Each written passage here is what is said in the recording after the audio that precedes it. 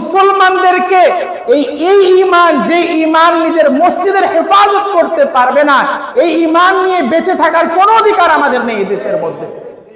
এজন্য সরকারকে, অন্তর্বর্তীকালীন সরকারকে আমরা জোর দাবি জানাই, অতি অবিলম্বে এই বাংলাদেশের জমিন থেকে ইসকনকে নিষিদ্ধ করতে হবে। কথা বলেন ঠিক কিনা? সকলের ঈমানের দাবি থাকতে হবে এটা। এই ইসকনের বিরুদ্ধে যাকে যে সময় দল মত নির্বিশেষে যেখানে যারাই ডাক দিবে আমরা অংশগ্রহণ করব ইনশাআল্লাহ। আল্লাহ রাব্বুল আলামিন কুরআনুল কারীমে বলেন, ওয়াতাসিমু বিহাবলিল্লাহি জামিআ। মুসলমানদেরকে আল্লাহ বলেন, তোমরা আল্লাহর রশিকে মজবুতির সাথে ধরো। সব দল মত নির্বিশেষে তোমরা আল্লাহর রশিকে ধরো, ঐক্য করো। কেমনে ঐক্য করবা? এই ঐক্যের মধ্যে কোনো ভেদাভেদ থাকবে না। 5 ওয়াক্তের নামাজ দিয়ে আল্লাহ রাব্বুল আলামিন জামাতের ব্যবস্থা করে দিয়ে এই উম্মতকে একটা প্র্যাকটিক্যাল শিক্ষা দিচ্ছেন, যেভাবে 5 ওয়াক্তের জামাতে কোনো ভেদাভেদ থাকে না। ধনীকে গরিবকে, শিক্ষিতকে মূর্খকে, প্রত্যেকে যেভাবে একই কাতারে ঐক্যের সাথে দাঁড়িয়ে যাও, আল্লাহর কোরআনের নামে তোমরা পৃথিবীতে ঐক্য করো, পৃথিবীর কোনো বাতিল শক্তি তোমাদের ক্ষতি করতে পারবে না। আজকে দেখেন, মুসলমানদের বিভক্তির কারণে আজকে ইসকনের মতন একটা জঙ্গি আর উগ্র সংগঠন আজকে বাংলাদেশের মধ্যে কি করতেছে? দীর্ঘ লম্বা সময় থেকে তাদের প্ল্যান, তাদের পরিকল্পনা চলে আসতেছে। আমরা কিন্তু জানি না, আমরা কিন্তু বুঝি নাই, আমরা কিন্তু বারবার স্বাভাবিকভাবে আমরা বারবার বলি যে আমাদেরকে ইসলাম বুঝা দরকার। আমরা দ্বীনের ব্যাপারে এত উদার হয়ে যাই যে দ্বীনের ব্যাপারে সবার সাথে স্যাক্রিফাইস করি, আমরা সবার সাথে আমরা সহানুভূতি করি। দ্বীনের ব্যাপারে, নিজের জমি জমার ব্যাপারে কেউ 1 বিঘ জায়গা দিতে রাজি হয় না। নিজের ঘর বানাইতে গেলে কেউ 1 বিঘ জমি ছাড়ে না। নিজের সম্পদ থেকে 1-2 লাখ টাকা কাউকে ছাড়ে দেয় না।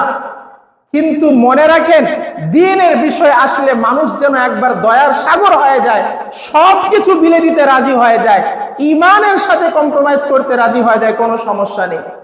মনে রাখবেন, ঈমানের দাবি হচ্ছে বর্তমানে ঈমানের দাবি হচ্ছে প্রত্যেকটা মুসলমানকে, প্রত্যেকটা নাগরিককে দেশ বাঁচানোর জন্য, ঈমান বাঁচানোর জন্য, ইসলামকে এই দেশে টিকে রাখার জন্য ইসকনকে এই দেশ থেকে নিষিদ্ধ করতেই হবে। কথা বলেন ঠিক কিনা?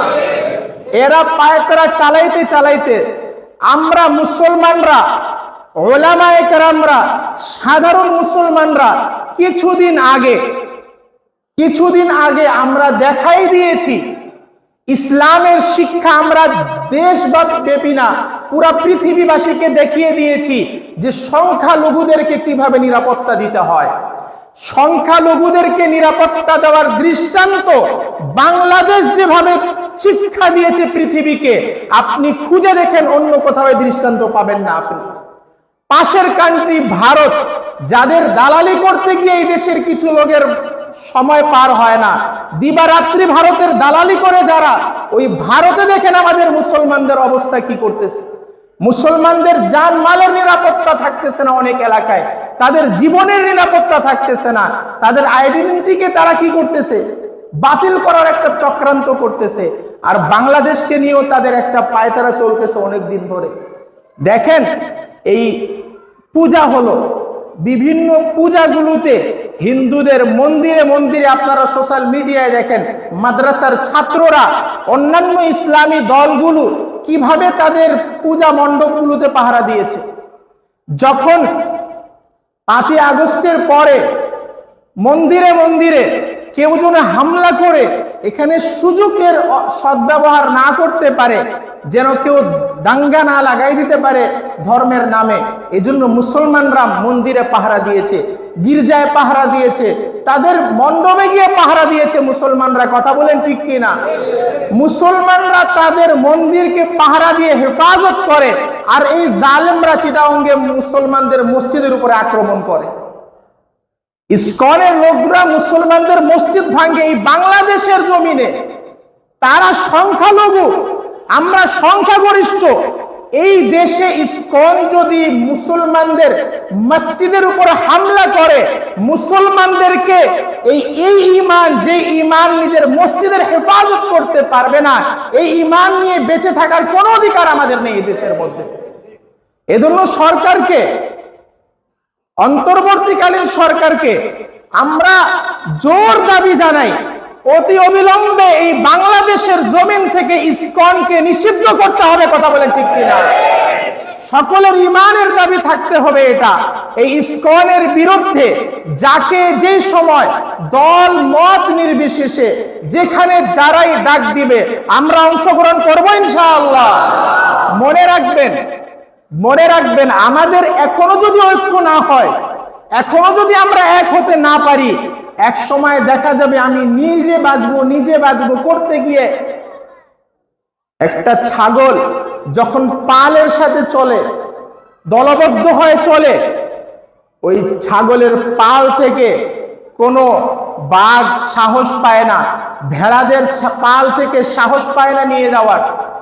কিন্তু কোন ছাগল যখন দেখে যে বাঘ সামনে, বাঘের হুঙ্কার শুনে ঐক্য না হয়, ছাগল বলেন বা ভেড়া বলেন বা যে কোনো পশু যারা একসাথে বিচরণ করে, এরা যদি পাল ছাড়ে, ভাবে যে আমি বাঁচে যাই, একটু চলে যাই, আপনি দেখেন দৃষ্টান্ত, ওই বাঘ আর সিংহের খোরাক হয়ে যায়। ওই যে পাল থেকে, দল থেকে আলাদা হয়, সে কিন্তু এই নিয়তে পালায় যে আমি বাঁচে যাই, যেন পালায় গিয়ে।